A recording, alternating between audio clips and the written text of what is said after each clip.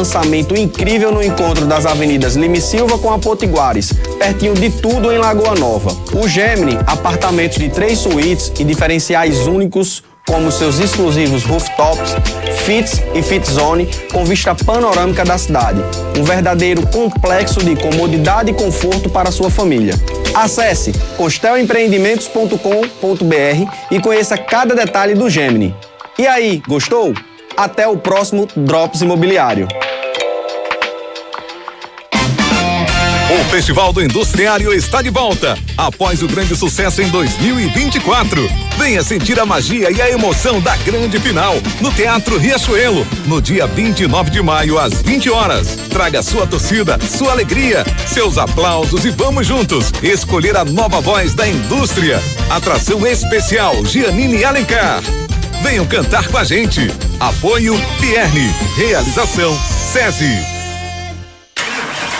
Você ainda não conhece a maior loja de picapes do RN? Milênio Picapes, a única loja especializada no segmento de picapes novas e seminovas do RN. O maior estoque de picapes do mercado. Trabalhamos com as melhores financeiras, as melhores taxas de crédito aprovado na hora. Recebemos cartas de crédito de todos os consórcios, parcelamos sua entrada em até 21 vezes no cartão de crédito. WhatsApp 991711234. Milênio Picapes, marginal da BR-101 em frente à entrada do antigo aeroporto sentido Parnamirim. Repórter 98. Olá, muito boa noite Natal, boa noite Rio Grande do Norte, começando agora o Repórter 98 de hoje, quinta-feira, 29 de maio de 2025, que marca um marco importante que até o dia de hoje a gente trabalhou exclusivamente para pagar impostos e hoje está acontecendo uma ação do Dia Sem Imposto, várias lojas, estabelecimentos comerciais aderindo a essa movimentação e a gente começa o Repórter 98 de hoje saudando a bancada. Boa noite ao nosso convidado, o deputado federal Glauber Braga, boa noite Saulo Spinelli, Laurita Arruda, Tiago Medeiros, boa noite especial a toda a equipe do Grupo Dial e hoje teremos um programa aqui com muita análise, notícia e informação junto com a turma da 98 FM Natal. Boa noite. Boa noite, Georgia. Boa noite, deputado Glauber. Seja muito bem-vindo às terras potiguares, a Laurita e ao meu amigo Tiago Medeiros. Boa noite a todo mundo. Prazer estar com vocês aqui novamente. Boa noite, Georgia. Boa noite, Saulo. Boa noite, Tiago. Boa noite, deputada. É uma alegria estar aqui com todos vocês. Boa noite, Georgia, boa noite, Laurita, boa noite, Tiago, boa noite, Saulo, boa noite ao meu companheiro Sandro, que está aqui junto com a gente nos estúdios, a minha prima Ceicinha e Afonso, ao Jean e boa noite ao Daniel. Boa noite, os convidados. Sandro Pimentel aqui também presente no estúdio da 98 FM. E antes da entrevista, vamos aos destaques da edição de hoje. Presidente da Câmara, Hugo Mota, sugere revisão das isenções fiscais e reforma administrativa. SEI das investigações questiona o uso de verbas públicas por movimentos sociais com vínculos junto ao governo do estado. Presidente Lula diz que Deus deixou o sertão sem água porque sabia que ele levaria o recurso à região. E aqui na bancada do Repórter 98, uma entrevista exclusiva com o deputado federal do PSOL do Rio de Janeiro, Glauber Braga. E a gente começa a entrevista daqui a pouquinho, já vou deixar o convite para você participar pelo nosso chat no YouTube, lá tem a sala de bate-papo ao vivo para você mandar sua pergunta, fazer sua interação. Temos também o aplicativo da 98 FM Natal que você baixa no celular e fica com a nossa programação na palma da sua mão, toda a interação, portal 98 FM Natal, essa audiência estrondosa da 98, além do Rio Grande do Norte, estamos chegando até a Paraíba. Eu quero saber, você ouvinte, de onde está acompanhando o nosso programa nesta quinta-feira. Aqui na bancada, vamos receber, já saudamos com boa noite, o deputado federal Glauber Braga, do PSOL do Rio de Janeiro, que participa hoje. A gente vai começar já com a entrevista, não é comum, deputado, a gente já começar com a entrevista, o programa, mas o ato na Universidade Federal do Rio Grande do Norte começa daqui a pouquinho, está marcado para as 18 horas, vocês tenham paciência, o deputado chega já, estamos perto, mas antes, vem aqui conceder essa entrevista, seja muito bem-vindo à nossa bancada. Obrigado, um prazer estar aqui com vocês. Daqui a pouco estou lá no Centro de Convivência da Universidade Federal do Rio Grande do Norte. Nos explica esse movimento. O Rio Grande do Norte é o 12º estado que o senhor vem participar de movimentações dentro do que está acontecendo na Câmara Federal. O senhor foi julgado e condenado no Conselho de Ética e vai a plenário, expectativa que já nos próximos 60 dias aconteça esse julgamento após o que aconteceu no mês de abril com um manifestante do MBL na sede do Congresso Nacional. O senhor acredita que essa mobilização pode alterar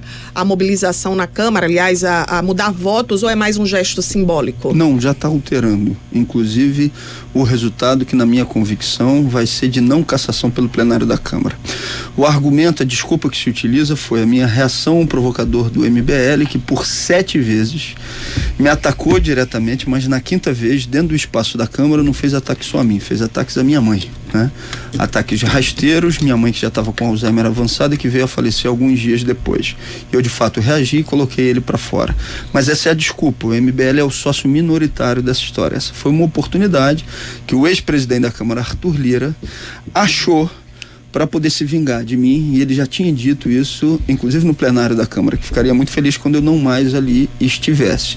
E essa vingança é por quê? Por conta das denúncias do mandato, principalmente em relação ao orçamento secreto. Então, por um lado, ele se vinga, por um outro lado, ele fala para outros parlamentares: olha, se vocês mexerem comigo, dá nisso aqui. Só que tá tão desproporcional, tá tão evidente que se trata de uma perseguição, que mesmo parlamentares que não são de esquerda como eu, que são de outras correntes políticas, têm dito de maneira reiterada que se trata de uma perseguição, que é desproporcional e que é injusto. E esse movimento, socialmente, na minha avaliação, também já é majoritário, ou seja, a gente já ganhou a batalha social. Na minha avaliação, nós vamos ganhar também a batalha no plenário e essa cassação não vai ser aprovada. Qual a expectativa de prazo para votação? Dia 1º de julho. Por quê? Porque a gente conseguiu arrancar um recuo por parte da mesa diretora através de uma greve de fome que eu fiz, que teve muita solidariedade social, e eles então tomaram a decisão, o presidente em exercício da Câmara, Hugo Mota, assumiu um compromisso público que não colocaria em votação essa cassação, essa tentativa de cassação, 60 dias após a aprovação na Comissão de Constituição e Justiça. Isso daria num dia no final do mês de junho, mas o primeiro dia de sessão deliberativa, depois do prazo, é o dia 1º de julho. Eu estou trabalhando com essa hipótese. O senhor considera que a atitude que teve, mesmo com essa justificativa, foi adequada? Qual seria a punição proporcional, na sua opinião? Ninguém tem que concordar com a minha reação no formato que ela se deu. Agora, em primeiro lugar, tem toda uma circunstância que precisa ser analisada em relação a esse caso. Você imagina um provocador que está atrás de você em tudo quanto é lugar e está atacando a sua mãe, que já tinha atacado e feito uma ameaça a uma mulher de mais de 70 anos, que é a Margarida, mãe do coordenador no mandato. Esse sujeito virou para o Fábio e disse: Fabinho, eu sei onde sua mãe mora. Isso gerou um boletim de ocorrência, inclusive antes daquele episódio na Câmara. E que ele então ataca uma mulher que cavou o chão com as unhas, que é natalense, inclusive, e que estava com Alzheimer avançado. Então eu, de fato, não me aguentei. Agora, ninguém precisa concordar com isso. Agora, no regimento da Câmara, no próprio Código de Ética, está lá descrito que para esse tipo de caso já existe uma punição específica, que é a punição de censura, não é de cassação de mandato. Então de onde eles tiraram a cassação? Eles tiraram da cabeça deles, ou seja, de um processo que evidentemente é de perseguição. Se você pega todo o histórico da Câmara, não existe nada parecido com isso. Foi cassado quem teve algum tipo de acusação de corrupção ou homicídio, algo parecido com isso. Agora, até o Chiquinho Brazão, que é acusado de ser o mandante do assassinato de Marielle, não foi julgado pelo plenário, teve a manutenção dos seus direitos políticos. E o relator que apresentou a solicitação de cassação no meu caso, se absteve no caso do Chiquinho Brazão, dizendo que não estava lá, abre aspas, para caçar colegas. Provavelmente para ele eu não sou um colega, e eu não estou dizendo que nem me orgulho ou deixo de me orgulhar disso, mas é muito desproporcional e é muito evidente o que está acontecendo para o conjunto das pessoas. Falando em arrependimento, deputado, Já perguntou se o ato do senhor, eu faço uma outra pergunta na mesma linha. O senhor, sabendo que isso custará poderá custar o seu mandato, o senhor arrepende de ter chamado Arthur Lira de bandido? Ele nega que tenha sido perseguição, e se o senhor mantém de que ele está usando emendas em troca desse processo? Tem todo um histórico em relação a essa história, e eu não me arrependo de nada do que eu disse. E aí eu vou contar uma em específico, porque senão eu teria que contar vários episódios. O momento mais difícil da vida da minha família foi o assassinato do meu cunhado, no Rio de Janeiro. Ele era um dos médicos que estava na Barra da Tijuca. Investigação em andamento, inquérito aberto. O SAMER recebe uma recomendação de manutenção de uma escolta até que se evidenciasse quais eram as causas do homicídio. Quem é que dava manutenção à escolta já existente? Arthur Lira, que era o presidente da Câmara. Ela vai até ele e ele diz: pode contar. Pode contar. E ainda vira e faz o seguinte comentário: é chato andar com escolta, né? Porque eu subo no plenário, na tribuna, no dia seguinte, para fazer uma cobrança que pode parecer banal, que era de liberação das galerias para que o movimento social acompanhasse uma votação. Sabe o que ele fez? Ele cortou a escolta de SAMER. Isso é algo que eu não consigo perdoar. Se ele quer se vingar de mim ou me atacar por conta das denúncias que eu faço, é uma coisa. Agora, num momento de fragilidade como aquele, onde envolvia uma questão grave de segurança, essa atitude cometida por ele é atitude de quê? Então, eu não me arrependo das coisas que falei, nem das denúncias que fiz. Eu atendo, inclusive, o apelo de amigos, aliados meus, para diminuir nos adjetivos. Então, eu tenho feito isso em atendimento a quem é solidário a mim e a quem tem procurado auxiliar nesse processo. Mas eu não vou entrar na lógica de pedir desculpas ou algo parecido com isso. Inclusive, esse processo poderia ter acabado rapidamente. Rapidinho. Era só no início dele eu bater na porta do Arthur Lira e falar: ó, vim aqui, tô retirando a palavra bandido, tô retirando e vamos fazer um acordo, eu não falo mais sobre isso. Eu não fiz no passado, não vou fazer no presente, não vou fazer no futuro. Deputado Glauber, nós vivemos um momento de polarização. O senhor foi do PSB, agora está no PSOL, e o senhor foi mais para a extrema esquerda. E a gente vive um momento também em que se analisa, o judiciário aí vai julgar um suposto golpe de Estado, né, pela extrema-direita. Eu pergunto ao senhor, o senhor também tem um apoio de movimentos como o MST. Gostaria que o senhor fizesse um paralelo entre as atitudes, inclusive com violência, da extrema-esquerda e da extrema-direita, onde eles têm pontos em comum e onde está a diferença maior. Não dá para fazer, na minha avaliação, nenhuma comparação, né? Uma coisa é um movimento como o MST que luta para que você tenha reforma agrária no país, num dos países que é o mais desigual do planeta Terra em relação à distribuição de terra e de riqueza, e que faz ocupações para forçar o cumprimento daquilo que a Constituição determina, porque a Constituição diz que a propriedade ela deve atender ao interesse social. Nesse ponto em específico, não é nem algo para além da legislação existente, nem da lei maior que é a própria Constituição. Outra coisa é quem se organiza na tentativa de dar um golpe de Estado de orientação fascista, como fez e estimulou a extrema-direita por muito tempo no Brasil e que continua fazendo nos dias de hoje, quando você tem um deputado federal que se desloca para os Estados Unidos para seguir procurando fazer uma conspiração de lá. Então, na minha avaliação, são coisas completamente diferentes. Eu tenho o maior orgulho de ter o apoio e a solidariedade do MST e, em momento nenhum, isso vai fazer com que eu deixe de cobrar a responsabilização daqueles que procuraram exercer ações, atividades golpistas e que exerceram todo tipo de violência, planejaram, inclusive, o assassinato de quem tinha sido eleito presidente da República, então, que era Lula. Deputado, você... vendo o movimento nesse seu ato da greve, você ficou satisfeito com as atenções, por exemplo, da esquerda, do PT? Você acha que foi satisfatório o que o PT fez de movimento? Foi abraçado. Abraçado, 9 dias, isso. Né, de greve de fome. Foram quase 9, né? Foi no 9º dia que eu suspendi a greve de fome. Muita gente disse o seguinte: isso é para aparecer. E era mesmo, exatamente isso.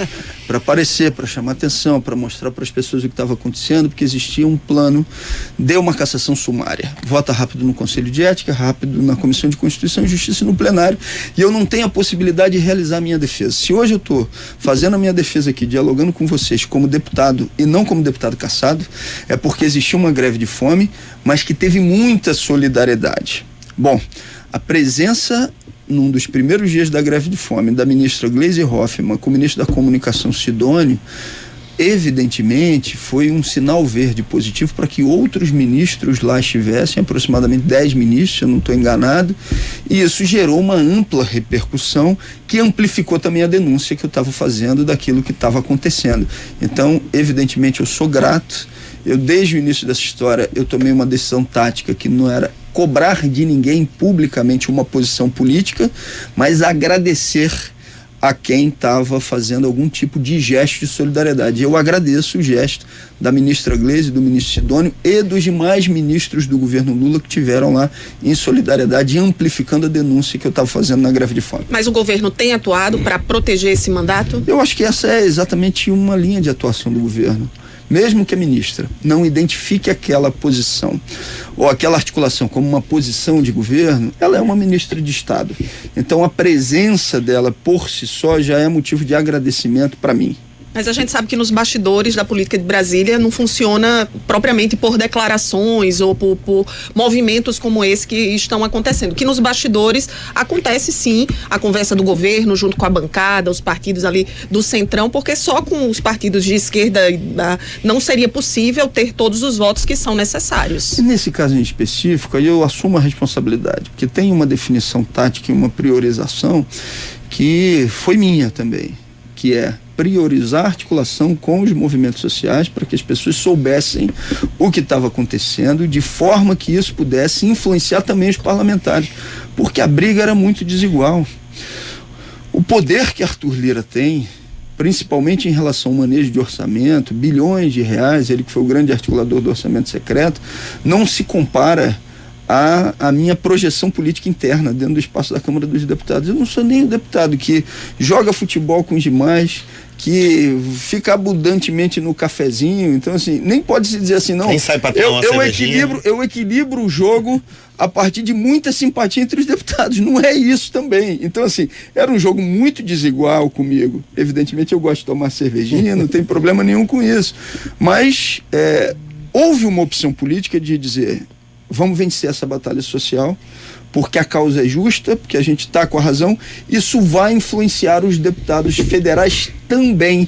Isso está acontecendo. Então, quando essa tática é adotada e vem uma manifestação pública por parte de 10 ministros do governo dando aval a essa posição e mostrando que o que estava acontecendo ali era grave, é digno de reconhecimento e eu tenho que fazê-lo. Então, como pessoa, qual o impacto de todo esse processo no senhor? No senhor, na sua família? Desculpa. Olha, desestabilizador em determinados momentos. Em outros momentos, evidentemente, energia que eu tiro dessa solidariedade. O que eu tenho? Eu tenho a minha palavra, eu tenho aquilo que eu digo e eu tenho a solidariedade.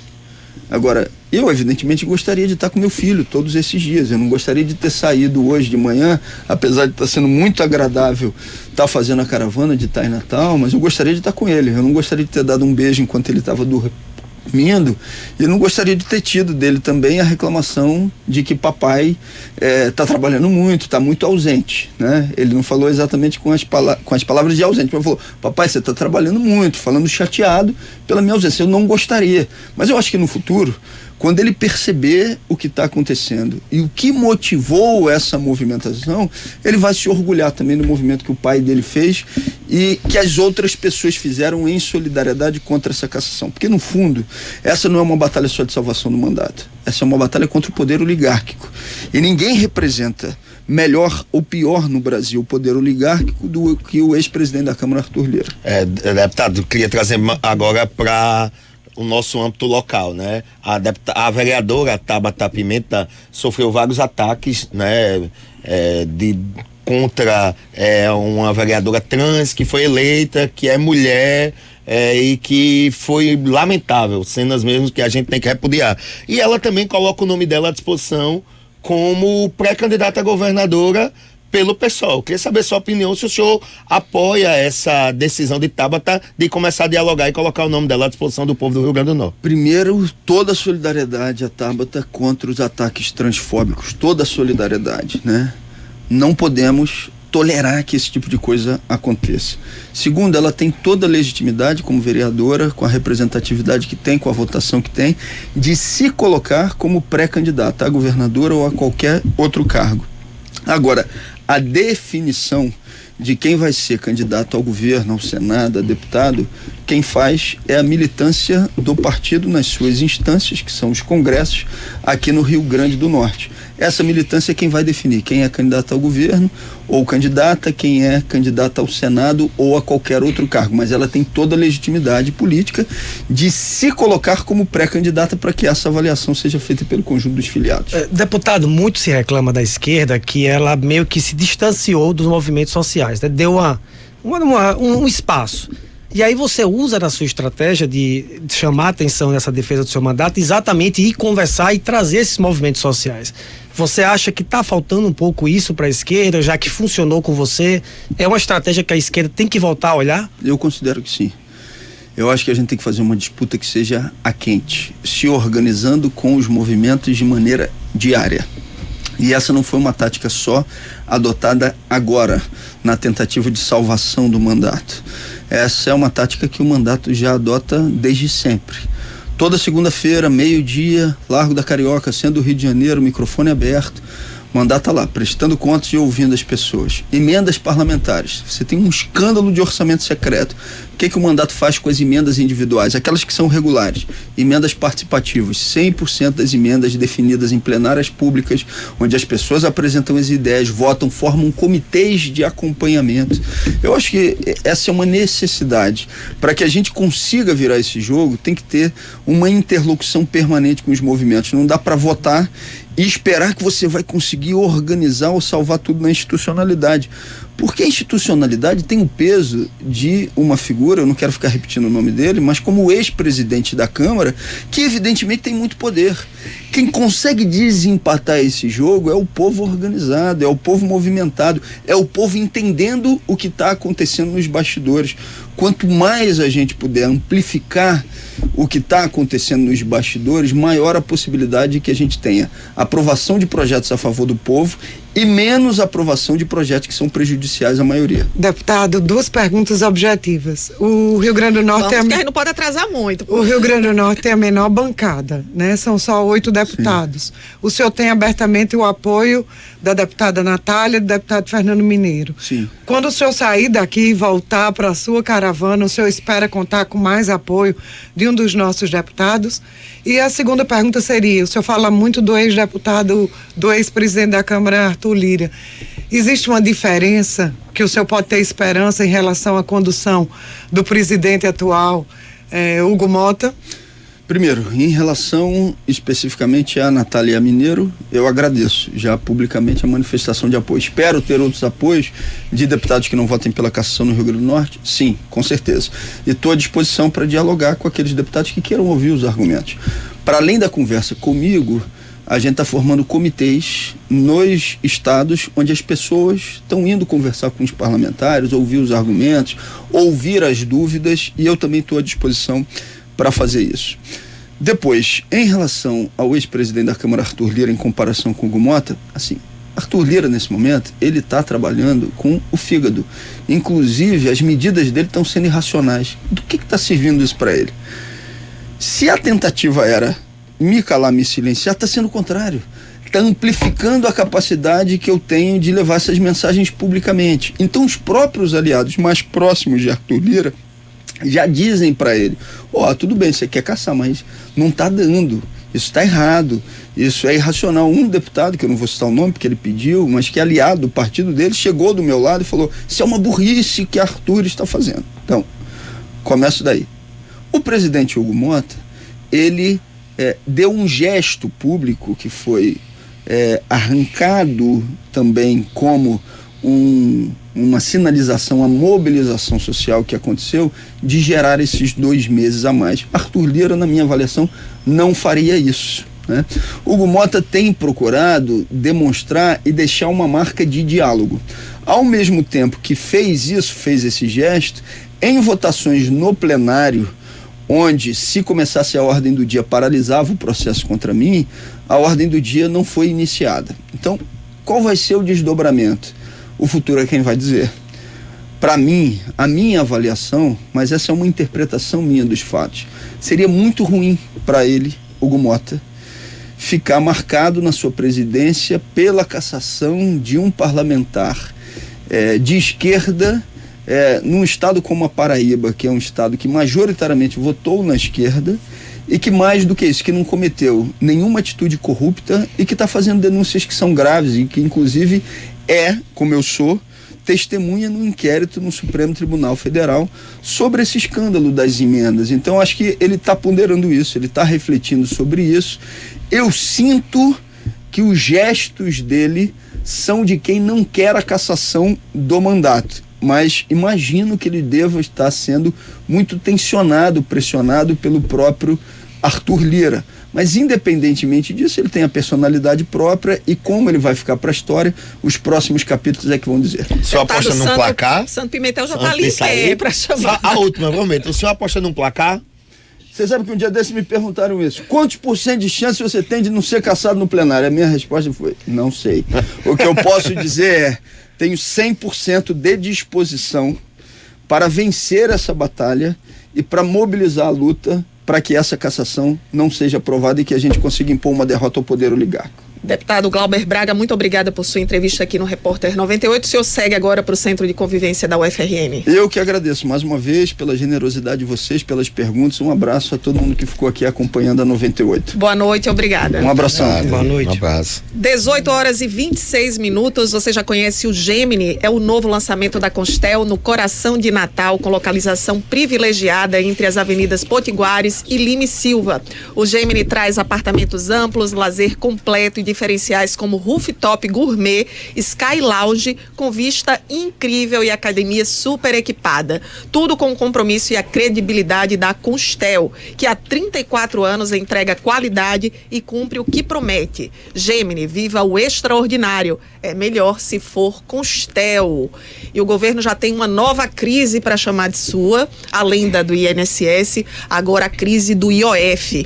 Como alternativa ao aumento do imposto, Hugo Motta, presidente da Câmara, sugeriu a revisão das isenções fiscais do governo e uma reforma administrativa. Vamos acompanhar. A equipe econômica do governo é quem tem o respaldo, não é, e a responsabilidade dada pelo presidente da República de poder discutir essas alternativas. O que o Congresso está, e eu senti um ambiente de muita convergência hoje na reunião de líderes, é disposto a encarar pautas que antes eram pautas praticamente impossíveis de serem faladas aqui.